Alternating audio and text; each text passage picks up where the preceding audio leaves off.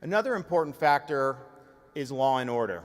I would talk to realtors, I'd say, because the realtors in Florida love me because, they've done better than they've ever done, and they're always thanking me.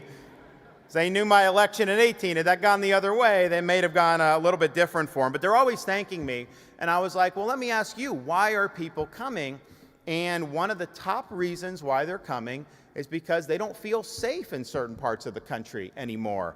And why would they? We saw destructive riots in the summer of 2020 that were aided and abetted by feckless leftist politicians at the local level. We saw businesses trashed. We saw billions in damages. We saw dozens of people killed, all without standing up for law and order. I could tell you when this was going on in Minnesota, these other places, I immediately called out the National Guard in Florida. We dispatched state law enforcement to any potential area, and our cities did not burn down in Florida because we let it be known that would not be tolerated in the Sunshine State.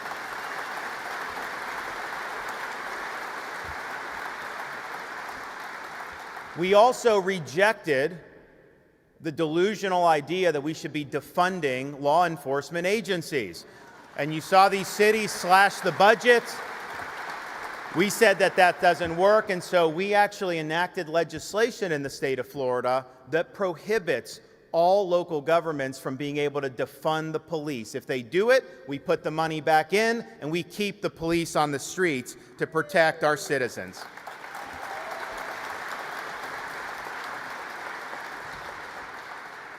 We also reject some of the terrible legislative reforms that have been enacted in various states across this country. Some have released violent people from prison prematurely. Others have done things like New York abolish cash bail. So you'll have a police officer risk their lives to apprehend somebody, bring them in, the judge releases them, and then 2 weeks later that person's committed another offense, and the cop's got to risk his life again to apprehend the same person that should have never been on the street to begin with. You have seen that experiment in abolishing cash bail fail throughout this country, and in Florida, we're not tolerating it and not going to allow it to happen. And what's made it even worse is we've seen in city after city, including LA and San Francisco, prosecutors, progressive so-called prosecutors, elected usually with large campaign contributions from people like George Soros.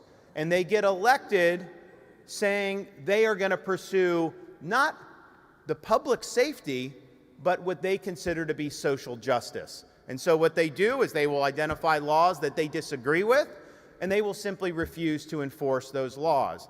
I had a fellow from San Francisco tell me he had someone break into his home.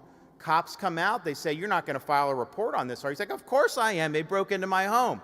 And they're like, "Well, they're never going to bring charges on this."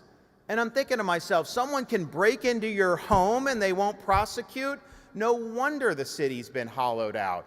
And so if you are a prosecutor and you think you don't like certain laws, the appropriate recourse is to resign your position, run for the legislature, and then try to change the laws. But you are not a law unto yourself as a prosecutor.